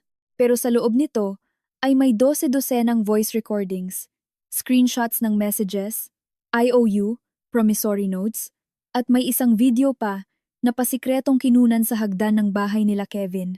Piniplay ko ang isa sa mga recordings. Rinig ko ang boses ni Mang Tomas. Maingay pero malinaw. "Pagkatapos ng kasal, kailangan niyo siyang disiplinahin. Para maisip niyang pag-aari na natin siya, kailangang sumunod siya sa atin. Totoong mayaman ang pamilya niya, pero kapag ang babae ay nahihiyang maghiwalay agad pagkatapos ng kasal, hindi yan papalag." Sumunod ang boses ni Kevin. Medyo mahina, pero mukhang hindi naman tipo ni Maya na pumapayag magpabuli. Tumawa si Mang Tomas ng mapang-uyam. "Lahat ng babae ganyan sa simula. Maging matigas ka lang, mahal ka niya, magtitiis din yan. Ang importante, makuha natin yung pera bago tayo patayin ni na Franco." Nang marinig ko ito, nanlamig ang mga daliri ko. Ang mga salitang iyon ay hindi lang ebidensya. Iyon din ang huling saksak ng kutsilyo na pumatay sa kung anumang naiwang ilusyon sa puso ko. Si Kevin ay inosente? Hindi siya nadamay lang sa pamilya niya. Alam niya lahat. Nag-alinlangan siya. Pero sa huli, pinili pa rin niyang gawin ito. Hindi nagsalita si Kuya Carlos. Iniabot niya lang sa akin ang isang maliit na device. "I-connect mo at i-backup mo na." Tumatakbo ang sasakyan sa ilalim ng ulan, ang mga ilaw sa kalsada ay dumaraan sa bintana habang sa loob ng kotse, ang bawat piraso ng data ay inililipat sa device ni Kuya Carlos. Nakatingin si Bea sa screen ng phone. Paos na sinabi, "Ate Maya, alam kong may kasalanan din ako. Kaninang umaga tinawanan pa kita. Pero hindi ko talaga inisip na aabot sa ganito. Akala ko, kukuha lang kami ng pera para matulungan ang pamilya namin." Tumingin ako sa kanya nang may pagkapagod. "Bea, ang kumuha ng pera ng iba gamit ang panlilinlang ay hindi pagtulong sa pamilya. Iyon ay pagtulak sa ibang inosenteng tao papunta sa hukay." Hindi na nakipagtalo ang bata. Makalipas ang ilang sandali, sinabi niya ng mahina, "Dati, hindi naman ganito kasama si Kuya Kevin. Nung natalo siya ng malaki sa isabong, laging nagagalit si Papa. Sinasabihan siyang walang kwenta, kaya kailangan daw niyang maghanap ng asawang mayaman para makabawi. Paling ba iba ang ugali niya. Minsan, feeling ko mahal ka talaga niya, pero siguro hindi sapat ang pagmamahal niya para labanan ang kasakiman niya." Natahimik ako. Ang pinakamasakit pala ay hindi ang maloko ng isang taong hindi mo kilala, kundi ang malaman na sa loob ng taong minahal mo ay may parte na totoo. Ngunit ang totoong bahaging iyon ay masyadong mahina, duwag, at tuluyang nadurog ng utang, kayabangan, at kasakiman. Huminto ang sasakyan sa tapat ng isang tahimik na bahay sa Marikina. Ang kapatid ni Kuya Carlos, si Ate Teresa, ay isang babaeng may bilugang mukha at mabait na ngiti. Pinapasok niya si Bea nang walang maraming tanong. Binigyan niya lang ito ng tuyong tuwalya at isang mangkok ng mainit na noodles. Hawak ni Bea ang mangkok at muli na namang tumulo ang mga luha. Pero sa pagkakataong ito, tahimik na siyang umiiyak. Bago ako umalis, hinawakan niya ang manggas ko. Ate Maya, mag-ingat ka kay Miss Helena. Yung boss mo na nag-organize ng birthday, hindi lang siya basta kakilala ni Franco. Tumanggap din siya ng pera galing kay Papa para i-set up kayo ni Kuya Kevin. Napahinto ako. Si Miss Helena, ang may-ari ng design studio kung saan ako nagtrabaho ng halos 2 taon. Ang ate-atehang pinagkakatiwalaan ko, ang nag-imbita sa akin sa birthday party na iyon at tinukso pa ako na mukhang tapat ang intensyon sa akin ni Kevin. Tinanong ko si Bea, "Sigurado ka ba?" Tumango si Bea. Nabasa ko ang messages niya sa phone ni Kuya Kevin. Si Mas, Helena ang nagbibigay ng schedule mo sa kanya. Sinabi niya rin kay Kuya na ayaw mo sa lalaking mayabang, kaya dapat magpanggap siyang simple lang. Parang may bumara sa lalamunan ko. Hindi lang pala ang pag-ibig, kundi pati ang mga taong nakapaligid sa akin sa trabaho, ang mismong nagbukas ng pinto para makapasok ang bitag sa buhay ko. Nagpasalamat ako kay Bea at bumalik sa sasakyan. Narinig lahat ni Kuya Carlos kaya dumilim ang mukha niya. Gusto mong umuwi? O gusto mong pumunta sa design studio? Tiningnan ko ang maulan na kalsada sa harap ko at biglang naging malinaw at malamig ang determinasyon sa puso ko. Sa studio po tayo. Madalas nandoon si Miss Helena tuwing gabi para tapusin ang designs ng mga kliyente. Tiningnan ako ni Kuya Carlos at walang sabing pinaandar ang sasakyan. Habang nasa biyahe, binuksan ko ulit ang recording ni Mang Tomas at ipinasa ang kopya sa papa ko. Wala pang 1 minuto, tumawag si Papa. Sinagot ko ito, ang boses niya ay napakababa. "Maya, nasaan ka? Papunta po kay Miss Helena." Natahimik ang nasa kabilang linya ng ilang segundo. "Huwag kang pumasok ng mag-isa, kasama ko po si Kuya Carlos." Huminga ng malalim si Papa. "Sige, harapin mo siya at linawin mo ang lahat. Pero tandaan mo, hindi mo kailangang magalit para patunayang tama ka. Ang mga taong may kasalanan ay kusang matatakot kapag inilatag mo na ang katotohanan." "Opo pa," at ibinaba ko ang linya. 9:00 ng gabi. Ang design studio ay nasa ikalawang palapag ng isang building sa Makati na bukas pa ang ilaw. Minahal ko ang lugar na ito. Dito ko naramdaman na kaya kong tumayo sa sarili kong paa at hindi umasa sa pamilya. Kumikita ng sariling pera mula sa mga designs ko. Ngunit nang akyatin ko ang pamilyar na hagdan, parang napakabigat sa dibdib dahil pakiramdam ko ay naglalakad ako patungo sa hukuman para hatulan ang sarili kong kabataan. Bukas ng bahagya ang pinto na gawa sa salamin. Sa loob, nakaupo si Helena sa tapat ng computer, nakaba ng buhok, matingkad ang lipstick, habang may kausap sa phone. Ang boses niya ay dinig na dinig sa labas. "Huwag kang mag-alala, Kevin. Masyadong malambot ang puso ni Maya. Umiyak ka lang ng konti. Paalala mo yung pagmamahal nyo. Bibigay din yan. Ang importante, huwag mong ipaalam na kasabwat ako." Nakatayo ako sa labas ng pinto. Ang kamay ko ay nakapatong sa malamig na doorknob. Tumingin sa akin si Kuya Carlos at tumango. Itinulak ko ang pinto at pumasok. Napalingon si Helena, muntik nang mabitawan ang phone niya. Tiningnan ko siya at ngumiti ng bahagya. "Sayang, Miss Helena." Narinig ko na. Nanigas siya sa kinatatayuan niya sa harap ng computer screen. Ang asul na ilaw nito ay tumatama sa mukha niyang punong-puno ng makeup, dahilan para magmukhang maputla at peke ang kanyang ngiti na parang isang maskara na malapit ng matanggal. Nakabukas pa rin ang phone niya, marahil si Kevin pa rin ang nasa kabilang linya. Dahil narinig ko ang boses nito. "Miss Helena? Sino yan?" "Miss Helena?" Lumapit ako at kinuha ang phone mula sa kamay niya. Inilagay sa loudspeaker at ipinatong sa lamesa. "Ako to, Maya." Tumahimik ang nasa kabilang linya. Ang katahimikan na iyon ay tumagal lamang ng ilang segundo bago nagmamadaling nagsalita si Kevin Maya. Makinig ka. Magpapaliwanag ako. Hindi ko na siya pinatapos. Sapat na ang narinig ko. Maghintay ka na lang dyan sa ipapadala ng abogado. Pinatay ko ang tawag, itinulak ang phone pabalik kay Helena. Pilit siyang ngumiti. Maya, misunderstanding lang ito. Kilala ko lang si Kevin sa labas. Tumawag siya dahil nag-aalala siya sa'yo. Hinila ko ang upuan at umupo sa tapat niya, habang nakatayo naman sa tabi ng pinto si Kuya Carlos. Ang presensya niya ay nagpagimbal sa buong kwarto. Miss Helena, halos 2 taon akong nagtrabaho dito. Alam mo ba kung ano ang pinakaayaw ko? Hindi ang mahirap na tao, hindi rin yung nagkakamali. Ang pinakaayaw ko ay kapag yung taong pinagkakatiwalaan ko, ipinagbili ako na parang isang kalakal. Napakunot noo si Helena. Grabe ka naman magsalita. Sinong nagbenta sa'yo? Ikiniling ko ang ulo ko. Mahina ang boses. Kuya Carlos, pakita po kay Miss Helena yung bank statement. Naglapag si Kuya Carlos ng isang papel sa lamesa. Naroon ang 3 beses na pag-transfer ng pera mula sa account ng lalaking nangangalang Dante papunta sa personal account ni Helena. Bawat transfer ay 100,000 pesos. May note pa na design consultancy. Tiningnan ni Helena ang papel at nawala ang kulay sa mukha niya. Inulit ko, 300,000 pesos, tama ba?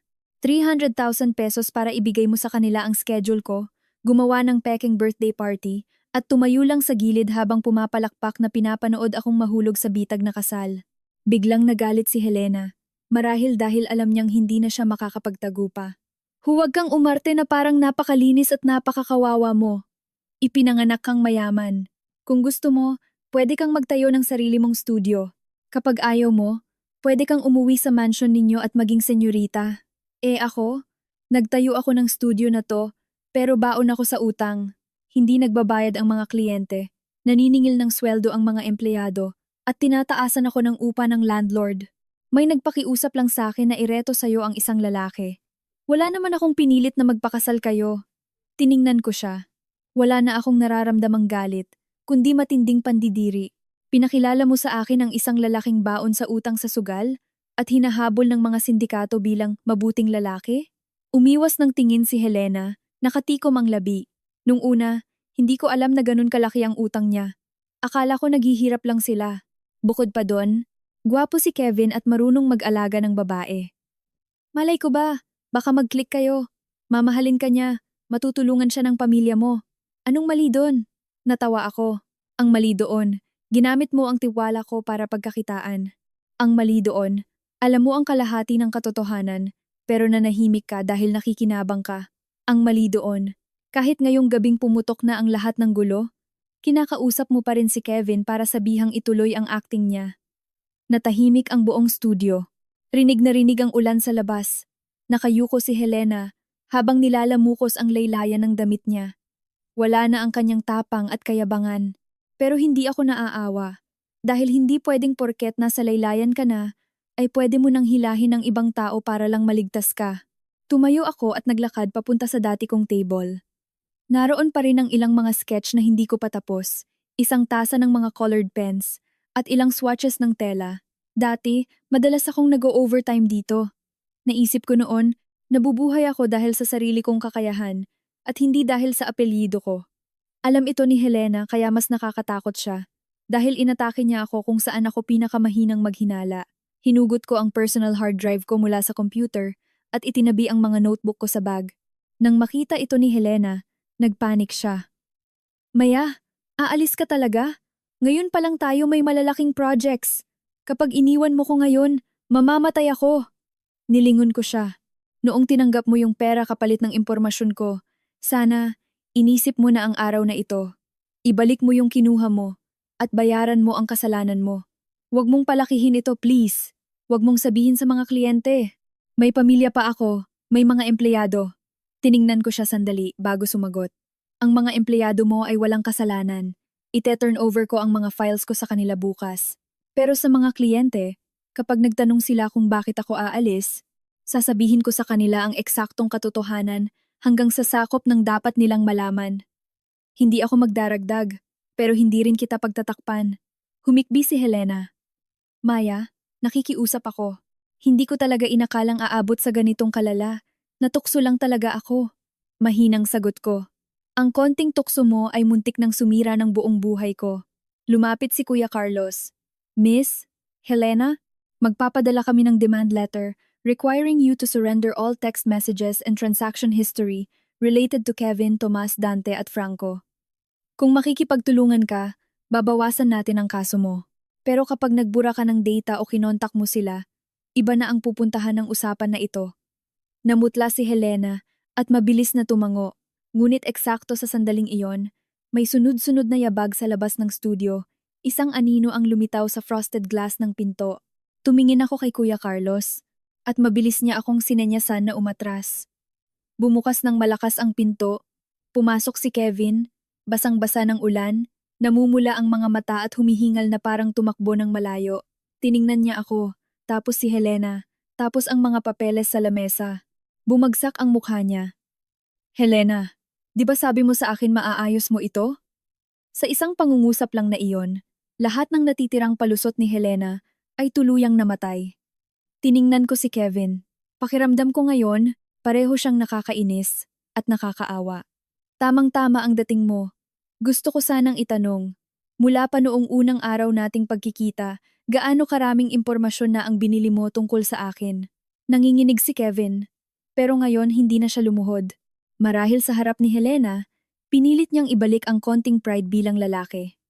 Maya. Oo nga, alam ko na kung sino ka sa simula pa lang, pero ang pagmamahal ko sa'yo. Problem of. Naging totoo naman ah. Dahan-dahan akong tumango. Totoo? Totoo. Hanggang sa inutusan mo akong hintaying matapos ang buong pamilya mo bago ako pwedeng kumain. Totoo. Nabalak mong ibenta ang kondo natin para pambayad ng utang. Totoo, na kahit nananakot na sa bahay namin yung loan shark, ang iniisip mo lang ay wag palakihin yung gulo. Nabulunan si Kevin. Biglang sumingit si Helena, takot na takot. Kevin, sarilihin mo na lang yan, wag mo na akong idamay. Ipinakilala ko lang naman kayo. Hindi ko alam ang buong plano ng pamilya nyo. Napalingon si Kevin kay Helena, puno ng galit ang mga mata. Hindi mo alam? Ikaw ang nagsabi sa akin na huwag siyang bibilhan ng mamahaling regalo dahil ayaw ni Maya sa lalaking mayabang. Ikaw ang nagbigay sa akin ng listahan ng paborito niyang kainin. Ikaw ang nagsabi na late siyang umuuwi at paborito siyang anak ng tatay niya. Tumanggap ka ng pera, tapos ngayon maghuhugas ka ng kamay? Hindi nakasagot si Helena. Nakatayo ako sa pagitan nilang dalawa. Naririnig kung paano nila pinupunit ang maskara ng isa't isa. Parang naging kasing lamig ng tubig ulan sa labas ang puso ko.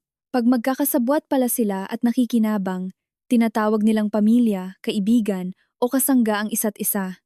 Pero kapag dumating na ang kapahamakan, unahan silang magturo at maghugas kamay. Palihim na ni-record ni Kuya Carlos ang usapan nila sa phone niya. Nakita ko ito pero hindi na ako nagsalita. Biglang humarap sa akin si Kevin, desesperado ang boses. Maya, alam kong hindi ka na maniniwala kahit anong sabihin ko. Pero please, wag mo nang idaan sa pulis ang ebidensya. Papayag na ako sa annulment o divorce. Pipirmahan ko kahit anong gusto mo. Bigyan mo lang ako ng oras para makapagbayad. Wag mo namang hayaang ipitin ako ni Franco hanggang sa mamamatay na kami. Tinitigan ko siya ng matagal. Hanggang ngayon ba naman? Iniisip mong ako ang exit door mo? Sunod-sunod siyang umiling. Hindi! Ang sa akin lang. Natatakot ako. Pinutol ko ang sasabihin niya. Natatakot kang mawalan ng pera. Natatakot sa loan shark. Natatakot sa papa ko, at natatakot sa pulis. Pero hindi ka natakot na masaktan ako. Ang mga salitang ito ay nagpamutla ng husto kay Kevin. Eksakto sa oras na iyon, nagring ang phone ni Kevin. Tiningnan niya ang screen at nawala ang kulay sa labi niya. Hindi ko na kailangang magtanong. Alam ko na kung sino yan, sabi ko. Lumapit si Kuya Carlos at kinuha ang phone sa kamay ni Kevin. Ni-loudspeaker niya ito. Ang boses ni Franco ay narinig. At ngayon wala na itong paligoy-ligoy. Nasa studio ka ni Helena ngayon, di ba? Magaling? Nagsama-sama pa kayo para isahan ako? Sabihin mo sa asawa mo, bawiin ninyo ang lumang phone ng kapatid mong si Bea ngayong gabi. Kung hindi, uunahin kong ipapapatay ang mga magulang niya. Natataranta akong tiningnan ni Kevin. Sa sandaling ito, na-realize ko na hindi lang ito isang usapin ng pekeng kasal kundi naging isa na itong totoong habulan. At si Bea ang kapatid niyang nag-traitor sa kanila para magsabi ng totoo ang unang ipapahamak. Agad kong denial ang number ni Ate Teresa ang kapatid ni Kuya Carlos sa Marikina para balaan sila. Pero bago pa makaring ng 2 beses, pinigilan ako ni Kuya Carlos. Ang tingin niya ay naging malamig na hindi ko pa nakikita dati. Huwag mong gamitin ang number mo. Baka may tracker sila. At kapag nagpanik ka, malalaman nilang natatakot na tayo. Kumuha siya ng sariling burner phone at tinawagan ng isang number. Ipasok ang bata sa likod at ilock ang gate. Magpatawag ng 2 backup ngayon din. Huwag na huwag magbubukas kahit kanino. Si Kevin, na nakikinig sa usapan, ay mukhang sinasapian ng kaba. Bulong niya, baliw na talaga si Franco. Ah, talaga bang may gagawin siyang masama kay Bea? Tiningnan ko siya. Wala na akong kahit anong natitirang awa. Huli na para itanong mo yan, Kevin.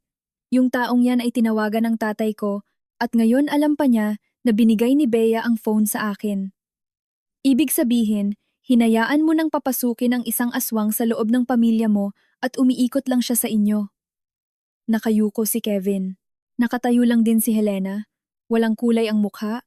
Nakayakap sa sarili na parang takot na may susunod pang lalabas na kasalanan. Lumapit si Kuya Carlos kay Kevin. Mababa at matalim ang boses. Tawagan mo si Franco. Sabihin mong gusto mong makipagkita para makipag-areglo. I-delay mo siya ng at least 1 oras. Huwag mong babanggitin si Bea. Huwag mong babanggitin ang pulis. Tiningnan ni Kevin si Kuya Carlos habang nanginginig. Paano kapag pinilit niya akong ibigay ang phone? Wala ka pang phone. Sabihin mo sinusubukan mo pang bawiin. Kung mabaon ka man sa utang, dapat magaling ka ng umarte kung paano magmakaawa. Sigurado akong sanay ka na dyan. Napangiwi si Kevin sa sinabing iyon, pero hindi siya pumalag. Iniyal niya ang number at inilagay sa loudspeaker. Mabilis sumagot si Franco. Naiinis na ito.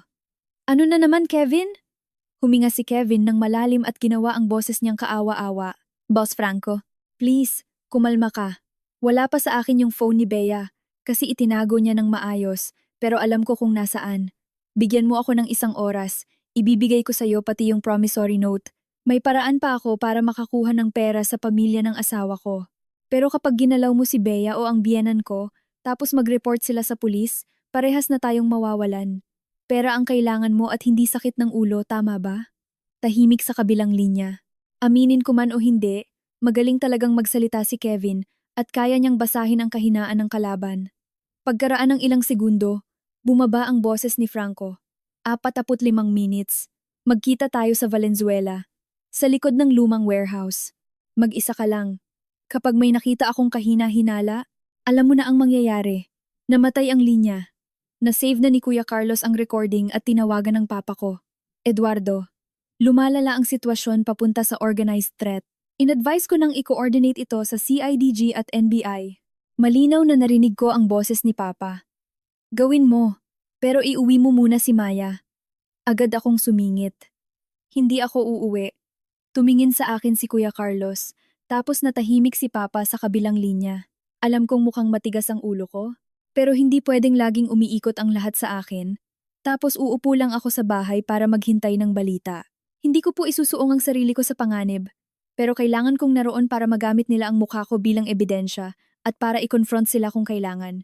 Kasama ko si Kuya Carlos at nakarecord na ang lahat ng ebidensya.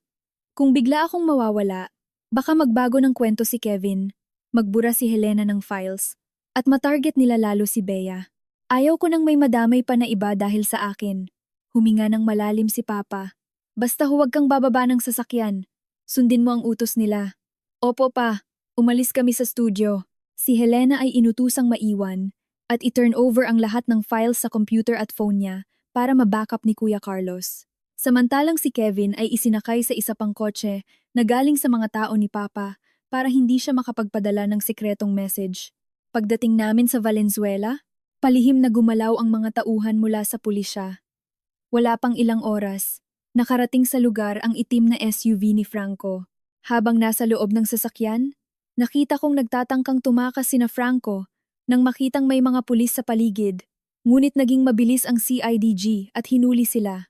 Nang pinusasan si Franco at idadaan malapit sa sasakyan namin, nilingon niya si Kevin at bumulong ng malakas. Si Dante? Asan si Dante? Isang pangalan lang ang nabanggit, pero parang may malaking bato na ibinagsak sa lawa at lumikha ng mga bagong alon ng hinala sa isip ko. Kinabukasan ng umaga, napag-alaman namin kung sino at saan naroon ang Dante na ito.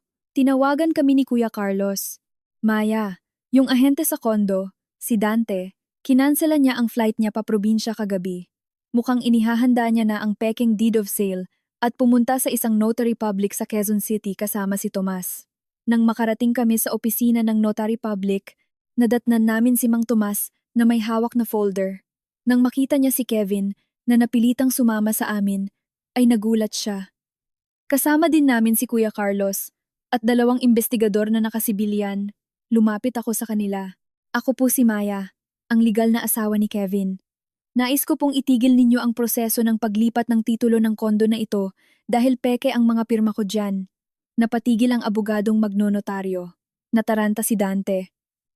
Anong pinagsasabi mo? Asawa ka nga, pero nakapangalan lang ito kay Kevin. Inilapag ng pulisya ang hold order. Sa loob ng bag ni Dante ay nakita ang mga peking authorization letters at mga ginayang pirma mula sa design studio ko. Tuluyan nang nanghina si Mang Tomas at napaupo sa upuan. Samantalang si Dante ay pilit pa ring nagmamagaling bago posasan. Habang nilalabas sila sa opisina, nagring na naman ang cellphone ko, si Tita Carmen. Nanginginig at umiiyak ito ng malakas. Maya, si Bea. Nawawala si Bea. Nakatanggap ako ng text message mula sa isang unknown number. Kapalit raw ng buhay niya yung lumang cellphone na kay Bea. Nanlamig ako at mabilis na tinawagan si Ate Teresa sa Marikina. Ayon sa kanya, nagpaalam si Bea na magsi-CR pero hindi na ito bumalik at nakita sa CCTV na sumakay ng Grab dahil sa isang mensahe. Hindi pwedeng si Kevin o si Tomas ang nagpadala nun. Kasama natin sila. Isa lang ang nakakaalam kung ano ang kahinaan ni Bea at nakarinig ng usapan natin. Bulong ko. Tiningnan ko si Kuya Carlos. Si Helena. Tumango si Kuya Carlos at kinontak ang pulisya. Pinaplano na nila ang rescue. Kinagabihan, nakatanggap ako ng message kay Helena na magkita kami sa ilalim ng Guadalupe Bridge at dalhin ang lumang cellphone kapalit ni Bea. 10:00 ng gabi.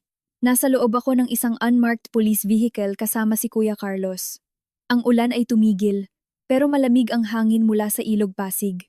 Sa tulong ng earpiece, nakikinig ako sa instructions ng police commander. Dala ko ang isang peking phone na kamukhang-kamukha ng kay Bea, pero may GPS tracker sa loob. Bumaba ako ng sasakyan at naglakad palapit sa ilalim ng tulay kung saan madilim at tahimik. Doon, nakita ko si Bea na nakatali ang mga kamay habang umiiyak. At sa likuran niya ay si Helena, basang-basa ng pawis at halatang desperada, kasama ang isang tauhan ni Dante. Ate Maya, wag mong ibigay. Sigaw ni Bea bago tinakpan ni Helena ang bibig niya. Ibigay mo sa akin ang phone, Maya. Sigaw ni Helena. Nanginginig ang hawak niya sa braso ni Bea. Tiningnan ko si Helena. Wala na ang kanyang poise. Helena, alam mong kapag ibinigay ko ito at may nangyari sa bata, lalo kang mababaon sa kulungan. Isuko mo na si Bea at sumuko ka na rin. Sinunggaba ng tauhan ni Dante ang phone sa kamay ko. Sa parehong sandali, sumigaw ang mga pulis. Bumukas ang mga blinding flashlights mula sa dilim. Nagkagulo. Kinagat ni Bea ang kamay ni Helena at tumakbo papunta sa akin. Niyakap ko siya ng mahigpit habang pinoprotektahan kami ng mga pulis. Hinuli si Helena. Umiiyak at sumisigaw na nadamay lang daw siya. Natakot din siya sa sindikato. Pero tapos na ang lahat. Kinabukasan, ang buong sindikato na pala ay kilala bilang mga love scammers na nagtatarget ng mga mayayamang babae na low profile, gagamitin ang tiwala, bibilugin ang ulo para magpakasal, para lang magamit ang pamilya nila pambayad ng mga utang at iligal na negosyo ni na Franco at Dante. Hindi lang pala ako ang naging biktima. Nakita rin namin ang listahan ni Dante at pangwalo ang pangalan ko doon na may description pa, mayaman ang pamilya, nag-iisang anak, mabilis magtiwala. Makalipas ang ilang buwan, naging formal na ang aming annulment, divorce. Wala nang hiningi si Kevin at maayos na nag-cooperate ang pamilya niya para mapagaan ang kanilang mga sentensya. Umalis na si Bea kasama ng kanyang inang si Carmen pabalik sa probinsya. Si Bea ay unti-unti nang nagbabago. Madalas magpadala ng mensahe sa akin na kayanan niyang ipagtanggol ang kanyang sarili at ang nanay niya. Binenta ko ang wedding ring at idinonate ang proceeds sa legal funds ng iba pang naging biktima ng sindikato ni na Dante. Isang maagang gabi ng Disyembre, lumipat ako sa aking bagong upang kondo, mag-isa pero malaya. Inihanda ko ang sarili kong hapunan, isang mainit na kanin at adobo. Umupo ako sa hapagkainan, pinagmasdan ang pagkain. Walang nag-uutos sa akin kung kailan ako pwedeng sumubo. Walang nagsasabing kailangan kong hintayin ang mga lalaki at matatanda bago ako pwedeng kumain. Kinuha ko ang kutsara at tinidor ko, kumuha ng unang kagat, at tuluyang pumatak ang aking mga luha. Hindi na dahil sa sakit, kundi dahil naaawa ako sa dalagang pumasok noon sa bahay ng biyenan niya na akala niya ay masaya ang mag-asawa, pero binaliwala ng pamilyang iyon dahil sa isang plato ng pagkain. Kung pwede ko lang siyang mayakap, sasabihin ko sa kanyang, hindi ka nagkamali na magmahal, hindi ka nagkamali na magtiwala, at lalong hindi ka nagkamali na lumaban. Sa lahat ng nagtitiyaga na makinig o magbasa sa kwentong ito hanggang sa huli, ang pinakamasakit sa lahat ay hindi ang mawalan ng pera, kundi ang mawalan ng tiwala sa mga taong tinawag mong pamilya. Hindi nasusukat sa mga pangako sa altar ang pagmamahal, kundi sa kung paano kayo nagrerespetuhan araw-araw. At sa mga babaeng dumaranas ng ganitong mapang-abusong pamilya, alalahanin mong walang patakaran ng pamilya ang dapat manakit at umalipusta sa pagkatao mo. Mas mabuti pang iwan ng isang bulok na sistema ng maaga, kaysa magdusa ka habang buhay kapalit ng tinatawag nilang pag-ibig. Dahil sa huli, walang sino man sa atin ang ipinanganak para lamang kumain ng tira-tira ng iba.